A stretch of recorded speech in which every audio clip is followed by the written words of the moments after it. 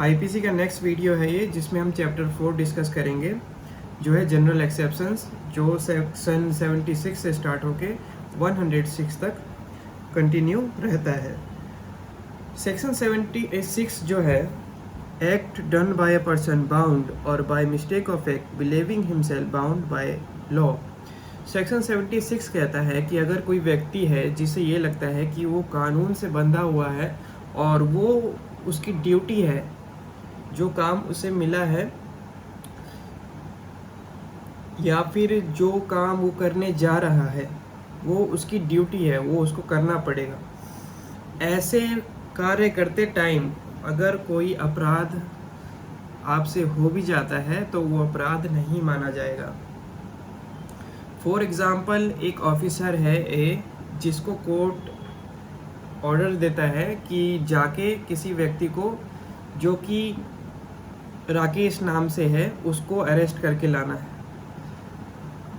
जब वो राकेश के घर जाता है तो पता चलता है कि दो राकेश है, जिसको पकड़ना था वो घर के बाहर गया हुआ है और दूसरा राकेश जो है वो घर के अंदर है।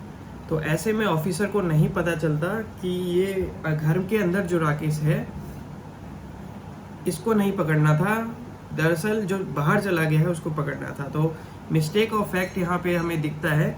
ऐसे में अगर वो ऑफिसर गलत व्यक्ति को पकड़ भी रहा है तो ये अपराध नहीं माना जाएगा।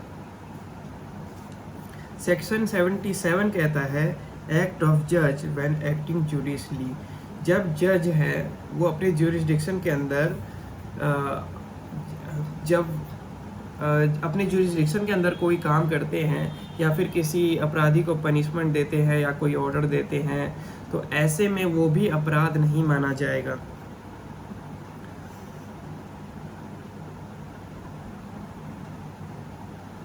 सेक्शन 78 कहता है act done pursuant to the judgment और ऑर्डर ऑफ कोर्ट। ऐसा कार्य जो कोर्ट के ऑर्डर या कोर्ट के दिए गए जजमेंट के हिसाब से किया जा रहा है किसी व्यक्ति द्वारा, तो वो भी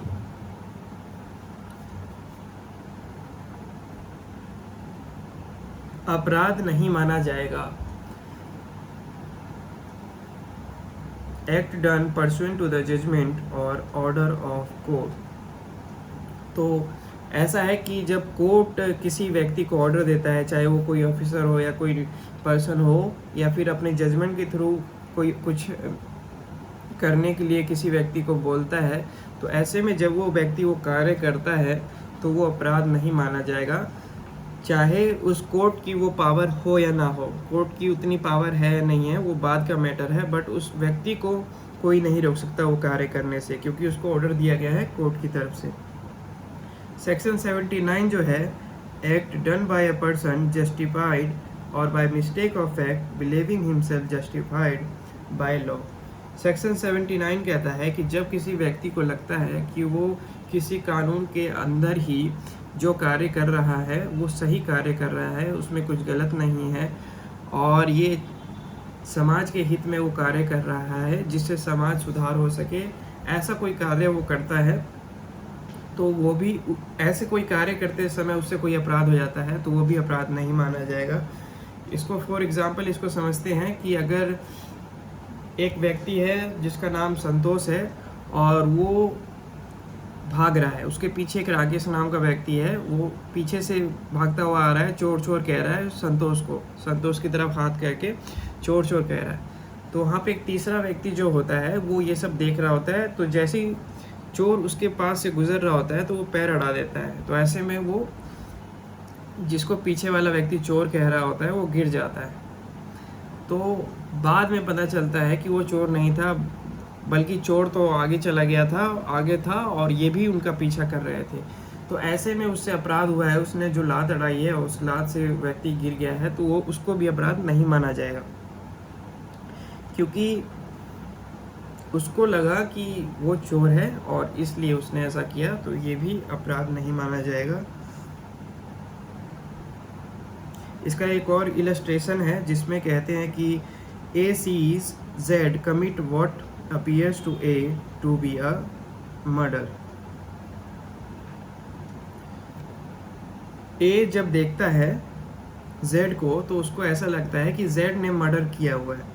ए in the exercise to the best of his judgment exerted in good faith of the power which the law gives to all person of apprehending murderers in the fact seizes Z.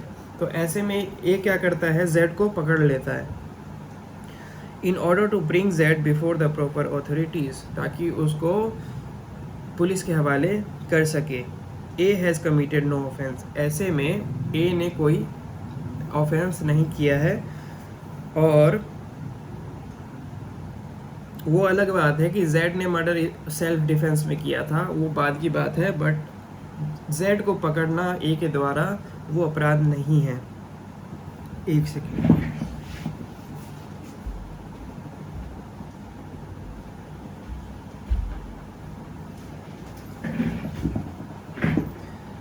Section 80 कहता है कि accident in doing a lawful act, कोई ऐसा काम आप कर रहे हैं जिसको बड़े ही ध्यानपूर्वक आप कर रहे हैं, अपनी समझ से उसको अच्छे से कर रहे हैं, सही तरीके से कर रहे हैं, उसके बावजूद भी कोई दुर्घटना घट जाती है तो उसमें आप दोषी नहीं होंगे।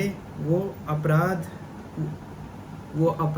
आपके ऊपर नहीं लागू होगा, आप उससे मुक्त हो जाएंगे।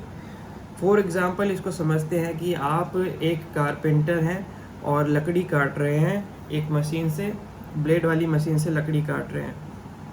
आप एक रूम में लकड़ी काटते हैं और आपको पता है कि इस रूम में बस मैं हूँ, लकड़ी काट रहा हूँ और किसी को खतरा नहीं है।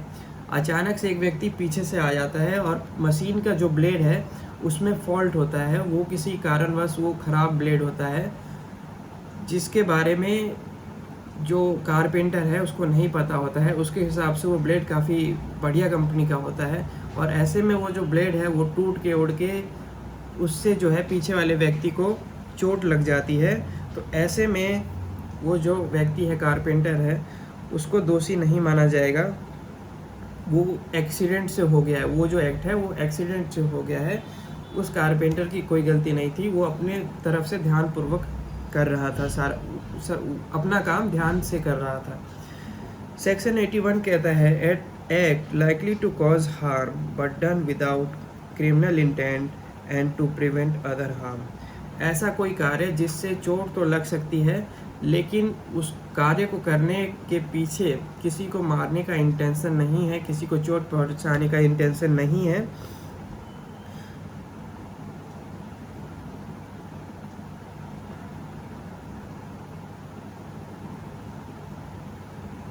Nothing is an offense merely by reason of its being done with the knowledge that it is likely to cause harm, if it be done without any criminal intention to cause harm and in good faith for the purpose of preventing or avoiding other harm to person or property।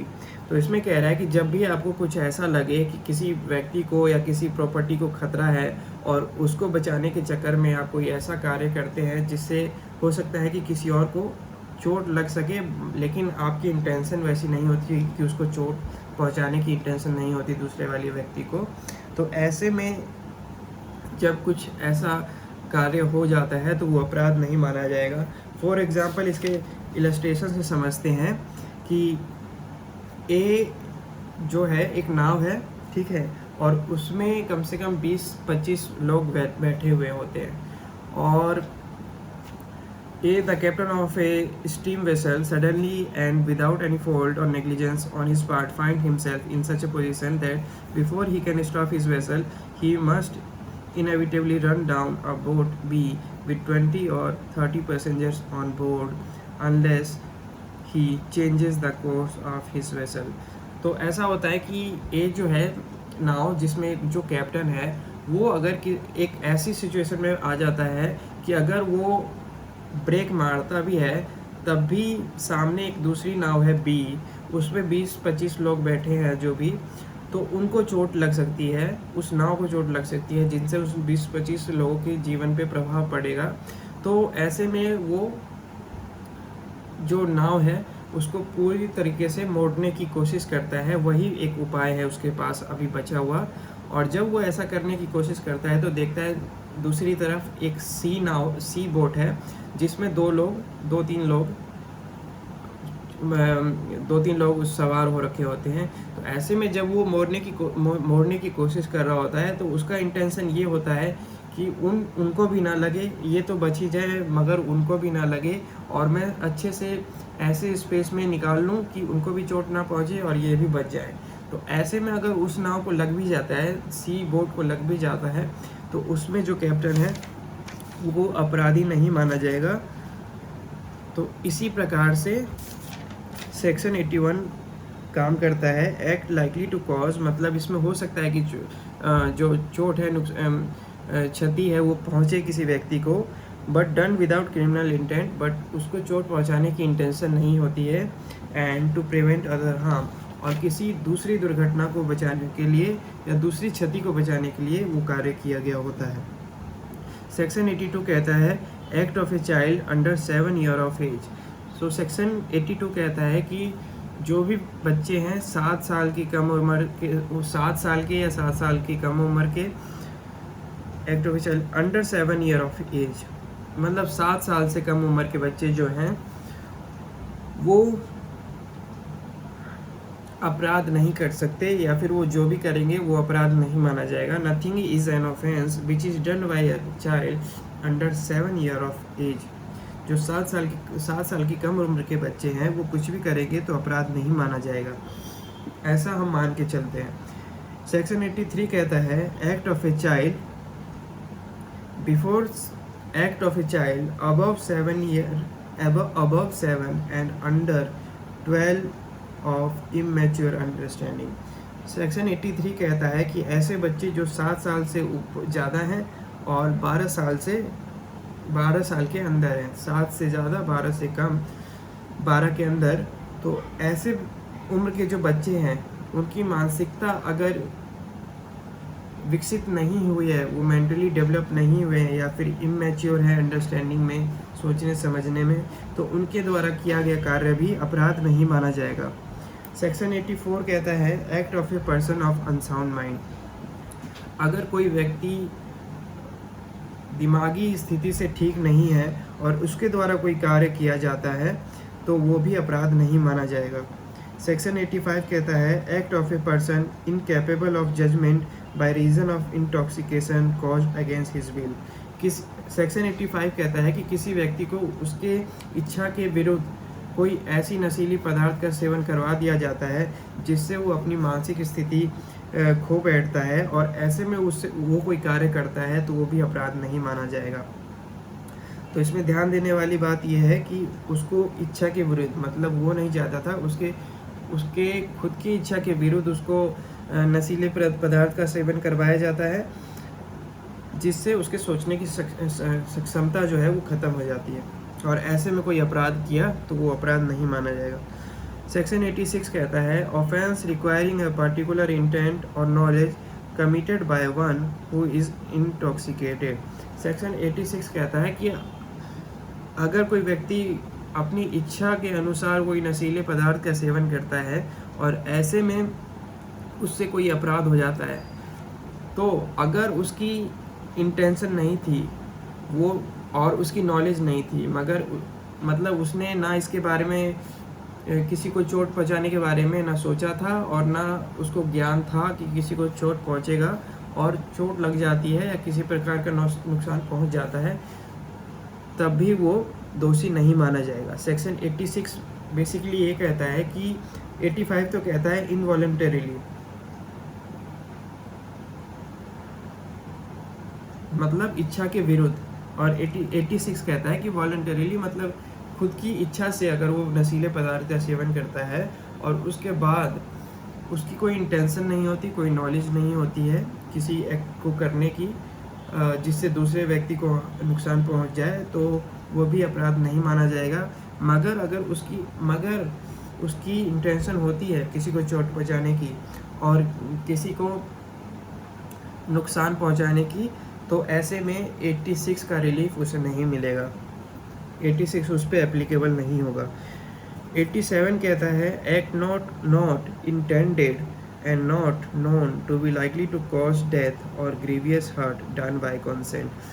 So act 87 कहता है कि 18 उम्र के 18 साल से कम, 18 साल से ज़्यादा उम्र के कोई व्यक्ति हैं और वो खुद से दोनों ये डिस्कस कर लेते हैं, ये म्यूचुअल कंसेंट कर लेते हैं कि मुझे कोई चोट पहुंचेगी तो उसकी जिम्मेदारी किसी की नहीं होगी, ना आपकी होगी, आपकी जिम्मेदारी नहीं होगी, म्यूचुअल कंसेंट कर लेते हैं। और ऐसे, और ना ही दोनों में से किसी की चोट पहुंचाने की इंटेंशन या इंटेंशन होती है, दोनों में से किसी की चोट पहुंचाने की। तो ऐसे में जब चोट लग जाती है तो वो भी अपराध नहीं माना जाएगा। Act not intended and not known to be likely to cause death और ग्रीवियस हर्ट।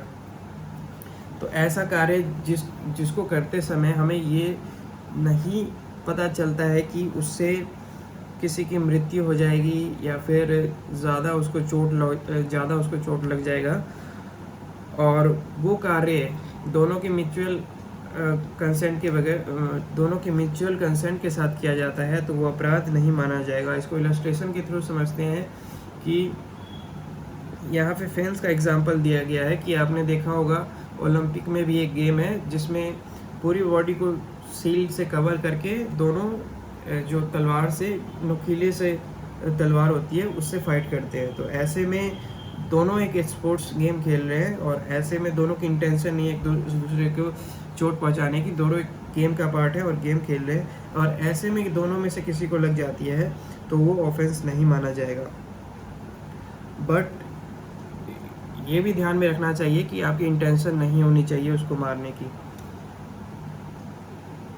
कहीं आप प्री प्लान कर रखे होगे कि उसको इस तरीके से उसका वध कर ही देना है, उसकी हत्या कर ही देनी है, तो ऐसा नहीं होना चाहिए।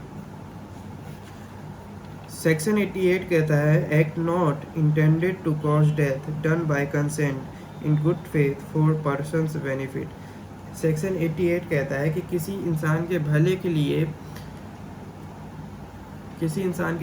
लिए कोई ऐसा कार्य किया गया हो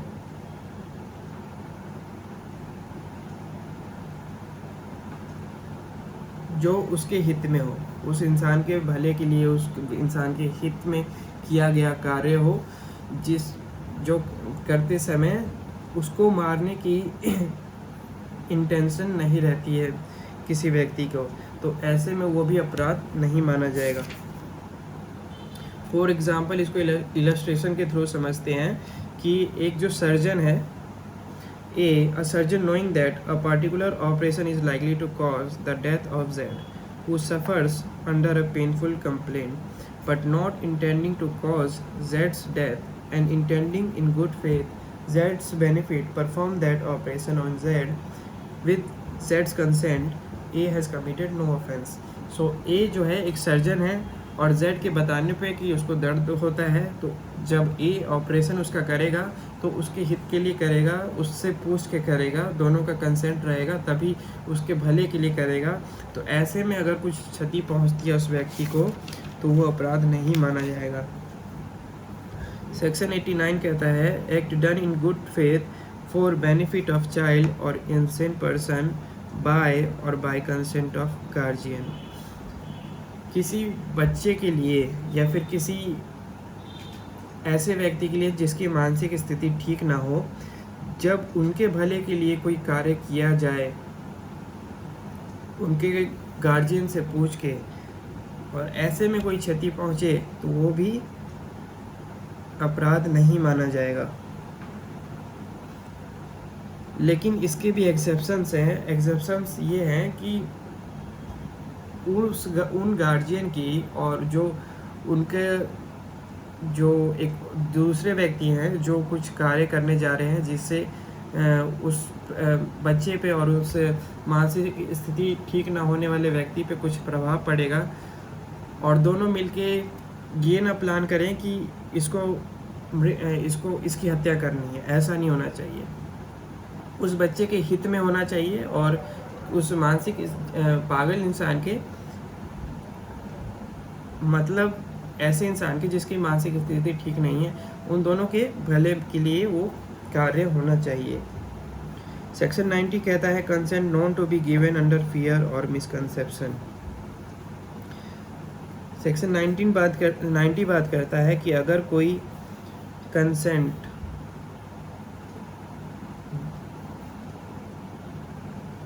किसी व्यक्ति को कंसेंट दिया डर की स्थिति में या फिर मिसकंसेप्शन, किसी प्रकार के भ्रम में, किसी प्रकार के गलत तथ्यों के भ्रम में, तो ऐसे में वो कंसेंट नहीं माना जाएगा। और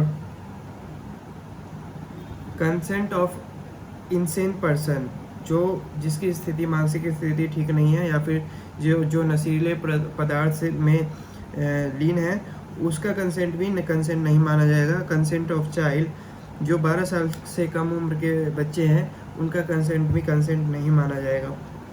और जो कंसेंट फियर में दिया गया है, डर के प्रभाव में दिया गया है या किसी भ्रम में दिया गया है, कुछ फैक्ट ही ऐसा बोल दिया हो जो उसको लगे कि इस फैक्ट के अकॉर्डिंग उसने कंसेंट दिया था और बाद में पता चला कि ये फैक्ट नहीं था, दूसरा कोई फैक्ट था, तो वो भ्रम में हो गया ना वो व्यक्ति, तो वो वाला कंसेंट भी नहीं माना जाएगा। सेक्शन 91 कहता है inclusion of acts which are offences independently of harm caused. Section 91 कहता है कि 87, 88 और 89 of any harm which they may cause, or the exception in section 87, 88 and 89 do not extend to acts which are offences independently of any harm which they may cause or be intended to cause or be known to be likely to cause to the person giving the consent or whose behalf the consent is given।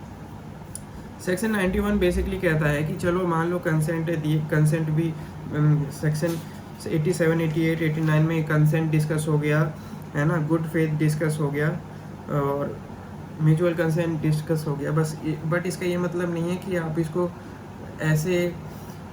ऐसी परिस्थिति में use करेंगे या फिर ऐसी चीज़ के लिए use करेंगे जो ऑलरेडी अपराध है, किसी कानून के तहत ऑलरेडी अपराध है। फॉर एग्ज़ाम्पल मिसकैरेज जो है वो अपराध है कि मतलब शिशु की जब गर्भ में ही हत्या कर दी जाती है तो वो अपराध है। तो ऐसे में कंसेंट देना, जो व्यक्ति कंसेंट दे रहा है या जो उस पर कार्य करने जा रहा है, वो वैलिड नहीं माना जाएगा जब तक कि ऐसी कोई दूसरी सिचुएशन नहीं आ जाती जो कि जिसको देखते हुए ये मान लिया जाए कि हाँ ये नेसेसिटी था। उसके अलावा नॉर्मली डिस्कस करें तो मिसकैरेज जो है वो ऑफेंस है, तो उसमें म्यूचुअल कंसेंट का भी कोई रोल नहीं होगा, वो नहीं माना जाएगा। सेक्शन 92 कहते हैं act done in good faith for benefit of a person without consent. अब सेक्शन 92 बात करता है कि ऐसा कोई व्यक्ति जो कंसेंट ना दे, किसी कारणवश कंसेंट ना दे पाए और उसके लिए किया गया कार्य और उससे उसको कोई क्षति पहुँचे, तो वो भी उससे उसको क्षति नहीं पहुँचे और उसके दौरान भी उसको किसी प्रकार की क्षति पहुँचती है, तो वो ऑफेंस नहीं माना जाएगा। फॉर एग्ज़ाम्पल सड़क पे किसी व्यक्ति का एक्सीडेंट हो गया, तो ऐसे में वो ये दूसरा व्यक्ति जो है वहाँ पे आता है और उससे पूछे कि क्या मैं आपको हॉस्पिटल ले चलूँ, तो जिसको चोट लगी है वो हो सकता है ना बोल पाए कि हाँ मुझे ले चलो, तो ऐसे में उसने कंसेंट नहीं दिया, तो उसके भले के लिए उसको बिना पूछे दूसरा व्यक्ति जो है हॉस्पिटल ले जाता है। तो इसका ये मतलब होता है कि without person without his consent, उसके कंसेंट के बगैर उसके भले के लिए किया गया कार्य है ना। और ऐसी परिस्थितियों में मान लीजिए वो रास्ते में ही वो बेचारा मर गया, तो इसको ये नहीं माना जाएगा कि उस व्यक्ति की वजह से वो मरा था, तो उसके लिए है ये। इसके कुछ प्रोविजोस भी हैं जिसमें ये बताते हैं कि इंटेंशनली उसकी हत्या ना करने की इच्छा वो ना हो, मतलब प्री प्लान ना हो, ये सब उसको ज़्यादा चोट पहुंचाने की वो इंटेंशन ना हो, उसको चोट पहुंचाने की इंटेंशन ना हो, इस प्रकार से प्रोविजन दिए गए हैं। इसके अलावा जो नॉर्मली जो विदाउट कंसेंट यूज़ कर सकते हैं। इसमें एक इलस्ट्रेशन देख लेते हैं, जैसे Z is thrown from his horse. Z जो है वो अपने घोड़े से गिर जाता है एंड इज़ इनसेंसिबल, और अपने होश में नहीं रहता। A surgeon finds that Z require to be trepanned. जो ए है, एक सर्जन है, वो देख लेता है जेड को वहीं पर, और उसको ए को समझ में आ जाता है कि इसको इलाज की ज़रूरत है। ए नॉट इंटेंडिंग जेड्स डेथ, ए नहीं चाहता, ए जो सर्जन है वो नहीं चाहता कि जेड की जो है मृत्यु हो, but in good faith for benefit perform the trippin' before Z recover his power of judging और हिमसेल्फ। और जेड की भलाई के लिए उसका इलाज करता है, उस व्यक्ति के होश में आने से पहले उसको इलाज करता है। ऐसे में A has committed no offence, ऐसे में जो है ये जो सर्जन है उसने कोई ऑफेंस नहीं किया। इसी प्रकार से ये सेक्शन काम करता है। सेक्शन 93 कहता है communication made in good faith. ऐसा राय विचार, ऐसी वार्तालाप जो भले के लिए की गई हो, और ऐसे में कोई दुर्घटना घट जाती है तो वो भी ऑफेंस नहीं मानी जाएगी। फॉर एग्ज़ाम्पल, किसी के घर चोरी हो जाती है और जो पड़ोसी है, किसी के घर चोरी हो जाती है, उस घर में कोई रहता नहीं है, सब बाहर गए होते हैं थोड़ी देर के लिए, और जब आते हैं तो उनका पड़ोसी बताता है कि उनके घर में चोरी हो गई। अब ये बात सुन के जिनके घर में चोरी होती है उनको हार्ट अटैक आ जाता है, तो ऐसे में वो ऑफेंस नहीं माना जाएगा।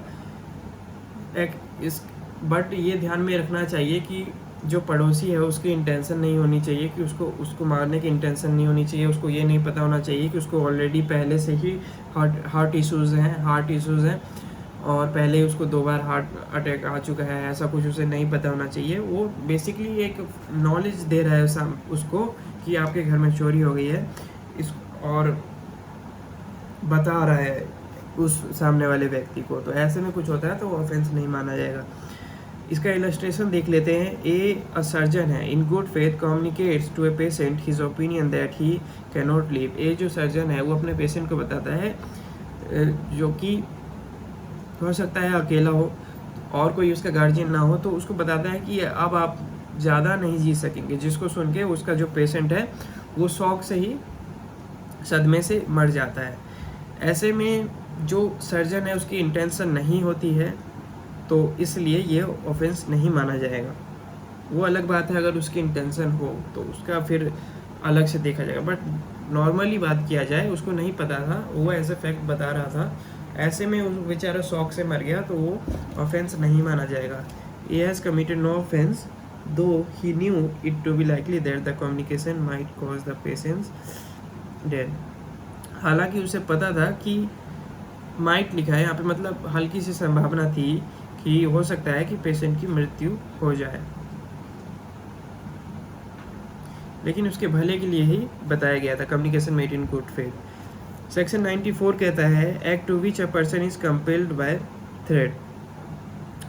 इसमें कहते हैं मर्डर और ऐसे अपराध जिसमें जो राज्य सरकार है, स्टेट, मृत्यु का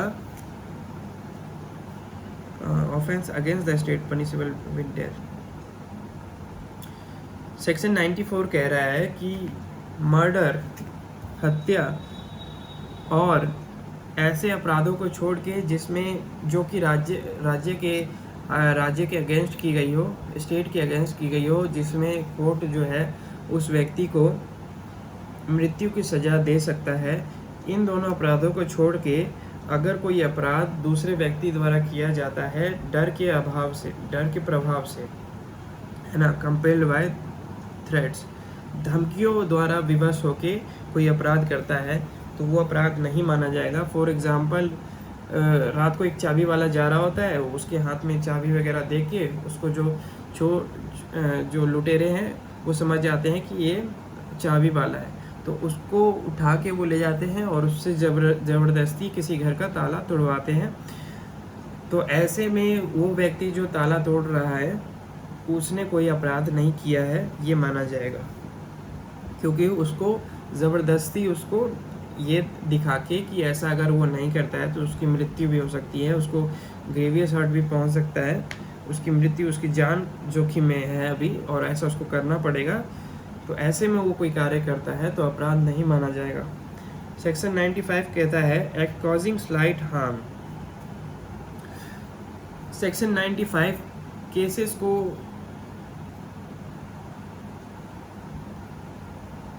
कम करने का एक अच्छा खासा तरीका है। इसको ऐसे समझा जा सकता है कि बेबात का बतंगड़ ना बनाओ, ठीक है, बिना बात के बतंगड़ मत बनाओ, ये कुछ ऐसा सेक्शन है सेक्शन 95। सेक्शन 95 कहता है कि कोई छोटी मोटी बात है जो अगर घटे और कोई सभ्य व्यक्ति हो, कोई समझदार व्यक्ति हो, कोई सामान्य व्यक्ति हो, वो अगर होता उस जगह पे और उस चीज़ को फिर वो इग्नोर कर सकता था, तो ऐसे में वो केसेस जो है वो कोर्ट में टाइम वेस्ट है, उनको इग्नोर करो, उसका इम्पैक्ट खुद पर मत पड़ने दो। Nothing is an offence by reason that it cause or that it is intended to cause or that it is known to be likely to cause any harm if that harm is so slight, if the harm is so slight, अगर वो जो क्षति है, वो जो चोट है इतना कम है, इतना कम है कि कोई अगर कोई ऑर्डिनरी सेंस, सामान्य सेंस वाला कोई व्यक्ति है या फिर कोई व्यक्ति है, समझ बूझ वाला व्यक्ति है, वो उसको इग्नोर कर दे, उसकी कंप्लेन ना करे, ऐसे में उसको वो ऑफेंस नहीं माना जाएगा। फॉर एग्ज़ाम्पल कोई मेले में गए हैं, बहुत सारे लोग मेले में जाते हैं, ठीक है, और एक व्यक्ति मेले में गया है और मेले में चलते समय जो भीड़ है उनमें से ही एक व्यक्ति उसके जूते पे चढ़ जाता है, हो सकता है उसका नाखून दब गया हो, तो वो ऑफेंस नहीं माना जाएगा, वो छोटी मोटी चीज़ है, उसको ऑफेंस नहीं माना जाएगा। अब सेक्शन 96 से राइट ऑफ प्राइवेट डिफेंस शुरू होता है कि मतलब आत्मरक्षा के लिए आप क्या क्या कर सकते हैं, खुद के जीवन के बचाव के लिए क्या क्या कर सकते हैं। सेक्शन 96 कहता है things done in private defence. Section 96 बात करता है कि कोई भी चीज़ अपराध नहीं मानी जाएगी अगर वो आप खुद की रक्षा के लिए, खुद के जान को बचाने के लिए कर रहे हैं तो। सेक्शन 97 कहता है right of private defence of body end of property. Section 97 कहता है कि जो राइट ऑफ प्राइवेट डिफेंस है वो किस किस चीज़ों पे लागू होगा। आप खुद की रक्षा कर रहे हैं और इसके अलावा भी आप किस किस चीज़ के लिए बचाव का प्रयोग कर सकते हैं। तो सबसे पहला है आप खुद के शरीर का बचाव कर सकते हैं, दूसरा है किसी दूसरे व्यक्ति के शरीर का बचाव कर सकते हैं, कोई भी अन्य व्यक्ति हो सकता है, तीसरा है किसी भी व्यक्ति का जो शरीर है उस पर कोई अगर उसको बचाने के लिए किसी तीसरे व्यक्ति का against any offence affecting human body, कोई भी ऐसा अपराध है जो किसी व्यक्ति के शरीर पे असर डालने वाला है, उसको अफेक्ट करने वाला है, किसी प्रकार का चोट पहुंचाने वाला है, तो उसके अगेंस्ट भी right of private defence available है। उसके अलावा कोई मूवेबल या इमूवेबल कोई ऐसा प्रॉपर्टी है जिसको एक जगह से दूसरी जगह ले जा सके, या फिर कोई ज़मीन है इमूवेबल है ना किसी प्रकार का, और उसमें कोई बिना आपके परमिशन के वो चीज़ ले, छीने या फिर घुस जाए और आप पे हमला करने की कोशिश करे, तो ऐसे में भी आप the right of private defence कर सकते हैं। सपोज़ कोई चोरी के इरादे से या फिर डकैती के इरादे से या फिर किसी प्रकार का क्षति पहुंचाने के इरादे से या फिर क्रिमिनल ट्रेसपास किसी घुस जाते हैं किसी अपराध को घटित करने के लिए, अपराध को सक्सेस कंप्लीट करने के लिए अगर वो घुस जाते हैं किसी के प्राइवेट प्रॉपर्टी में, तो ऐसे में भी सेल्फ डिफेंस कर सकते हैं, चाहे चोरी हो, डकैती हो, क्रिमिनल ट्रेसपास हो। सेक्शन 98 है right of private defence against the act of a person of unsound mind etcetera. Section 98 ये पावर देता है कि अगर कोई व्यक्ति मानसिक रूप से ठीक नहीं है या फिर उसने किसी नशीले पदार्थ का सेवन कर रखा है और वो आप पर किसी प्रकार का उस स्थिति में किसी प्रकार का हमला करता है, तो आप उससे भी अपने आप को बचा सकते हैं। वहाँ पर भी right of private defence use कर सकते हैं। सेक्शन 99 कहता है acts against which there is no right of private defence. Section 99 बताता है कि आप राइट ऑफ प्राइवेट डिफेंस कहाँ यूज़ नहीं कर सकते। तो ये कहता है कि किसी पब्लिक ऑफिसर को ये ड्यूटी दे दी गई कि वो आपको पकड़ कर लाए, ठीक है। तो ऐसे में आप उसके अगेंस्ट में राइट ऑफ प्राइवेट डिफेंस नहीं यूज़ कर सकते कि ये मुझे पकड़ रहा है, मैं इसके ऊपर हमला कर देता हूँ, खुद को बचा लेता हूँ। तो ऐसा नहीं कर सकते। सपोज़ कोई पुलिस ऑफिसर है, वो आपको अरेस्ट करने आता है और फिर आप उसी के ऊपर हमला कर देते हो कि आप मुझे पकड़ नहीं सकते, ठीक है, मेरे पास राइट ऑफ प्राइवेट डिफेंस है, तो ये अप्लीकेबल नहीं होगा, ऐसा नहीं हो सकता है। या फिर कोई पब्लिक सर्वेंट हो या फिर कोई दूसरा व्यक्ति हो जो उस पब्लिक सर्वेंट के ऑर्डर के अंदर वो कार्य कर रहा हो, है ना। तो ऐसे में पब्लिक सर्वेंट की डेफिनेशन आपने देख ली थी चैप्टर 2 में। कौन कौन से व्यक्ति पब्लिक सर्वेंट में आ जाते हैं।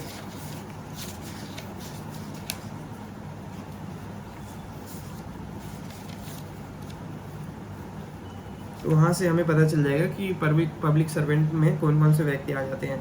तो ऐसा है कि या तो कोई पब्लिक सर्वेंट आपके पास आए और उसके अगेंस्ट आप right of private defence use नहीं कर सकते, या फिर उस पब्लिक सर्वेंट द्वारा किसी को ऑर्डर दिया गया हो, तब आप right of private defence use नहीं कर सकते।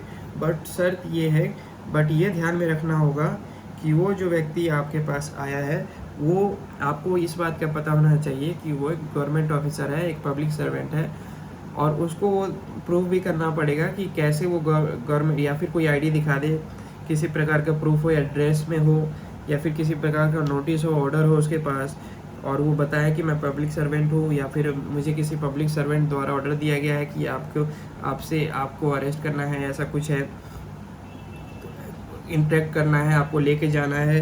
तो ऐसे में वो अपराध, ऐसे में उसके अगेंस्ट में ऐसे पहले ये देखना पड़ेगा, और किसी पब्लिक सर्वेंट के against right of private defence हम यूज़ नहीं कर सकते। सेक्शन 100 कहता है when the right of private defence of body extend to causing death. तो सेक्शन 100 बात करता है कि खुद को बचाने के लिए कब आप ऐसा कार्य कर सकते हैं कि सामने वाले की मृत्यु भी हो जाए। तो ऐसा कार्य कब कर सकते हैं और वो अपराध भी ना माना जाए। तो ऐसा कार्य तब कर सकते हैं जब आपको इस बात का खतरा महसूस हो कि अगर आप खुद को नहीं बचाते तो आपकी मृत्यु हो सकती है। तो ऐसे में अगर आप उस व्यक्ति की मृत्यु आपसे हो जाती है किसी कारणवश, तो वो अपराध नहीं माना जाएगा। अगर आपको ऐसा लगता है कि अगर आप खुद को नहीं बचाएंगे तो आपको ज़्यादा चोट लग सकती है, ग्रीवियस हर्ट आपके साथ हो सकता है, गहरा चोट आपको लग सकता है, तो ऐसे में भी आप खुद के बचाव में किसी कारणवश सामने वाले व्यक्ति की मृत्यु हो जाती है तो उसका डिफेंस आपको मिलेगा। ऑफेंस माना जाएगा, बट ऑफेंस तो है ही, बट डिफेंस आपको मिलेगा, थोड़ी राहत मिल सकती है। हो सकता है कंप्लीट मिले या फिर थोड़ी मिले, वो डिपेंड करता है केस के ऊपर। थर्डली जो है an assault with the intention of committing rape.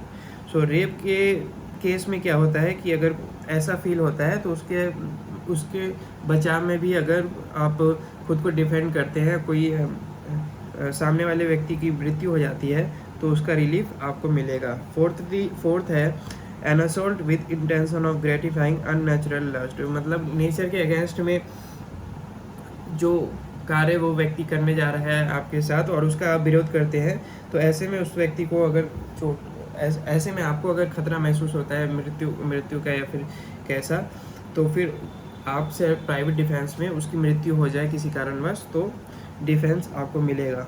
Section 100 का 50 कहता है अगर आप पे किडनैपिंग या एब्डक्शन का खतरा है या फिर कोई बच्चे के किडनैप होने का या फिर एब्डक्शन का है ना, तो ऐसे में भी आप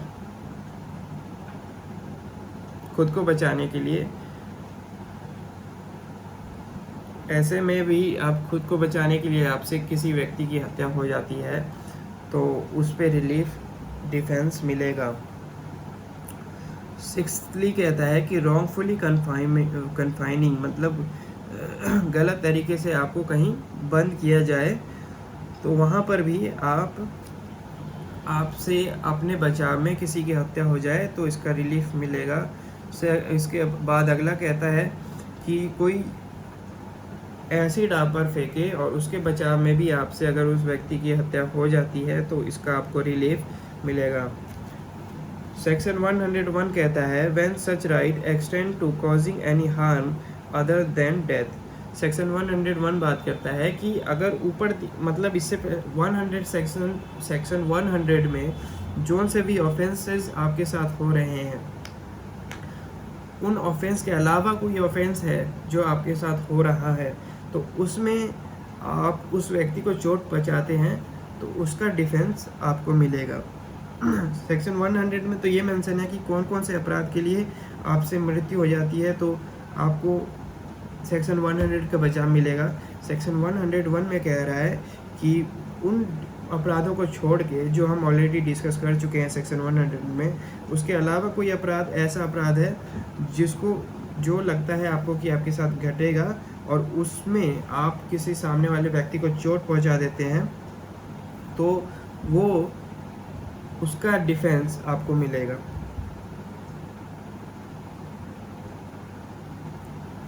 सेक्शन 102 कहता है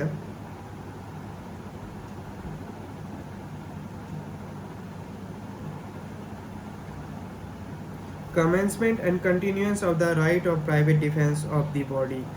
मतलब राइट ऑफ प्राइवेट खुद के शरीर के बचाव का जो शुरुआती टाइम है मतलब स्टार्टिंग टाइम है, कब से स्टार्ट होगा और कब ख़त्म होगा, तो ये तब तक चलता है। ये जब स्टार्ट होता है जब जैसे ही आपको महसूस हो कि आपको खतरा है, आपके ऊपर किसी चीज़ का खतरा है, आपको चोट पहुंचने का या आपकी मृत्यु का, कोई लगता है आपको कि कोई हत्या आपको करेगा तो ये या फिर किसी प्रकार का चोट आपको पहुंचाएगा तो ये तब से स्टार्ट होके जब तक वो खतरा टल नहीं जाता, जब तक आपको ये नहीं लगता कि अब आपके ऊपर कोई खतरा नहीं है, तब तक वो चलेगा।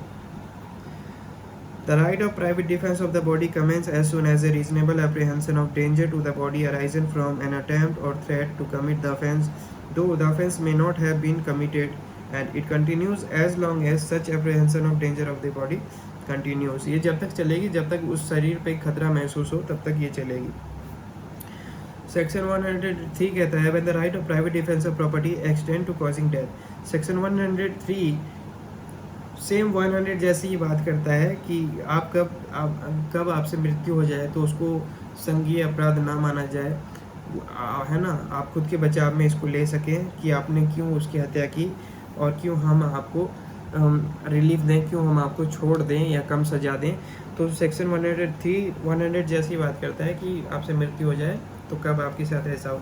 तो सेक्शन 100 तो बात करता है शरीर के ऊपर, है ना, body defence of the body है, और सेक्शन 103 जो है वो डिफेंस ऑफ प्राइवेट प्रॉपर्टी है। Right of when the right of private defence of property का जो डिफेंस है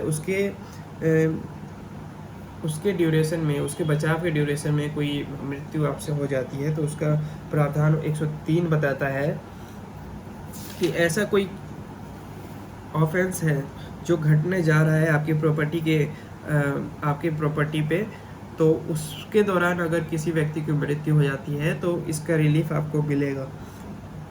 फर्स्ट है रॉबरी, सेकंड है हाउस ब्रेकिंग एट नाइट, कोई रात में आपके घर में घुसने की कोशिश करे या घुस जाए, कोई आपके घर में रात को घुस जाए तब। थर्डली है mischief by fire committed on public of any building, क्षति कोई पहुंचाए, आग से कोई क्षति पहुंचाए, कोई नुकसान पहुंचाए किसी बिल्डिंग को, टेंट को, वेसल को, या फिर ऐसी place for the custody of property, या ऐसी कोई जगह को जहाँ पे सामान वगैरह रखे गए हैं, ऐसे में भी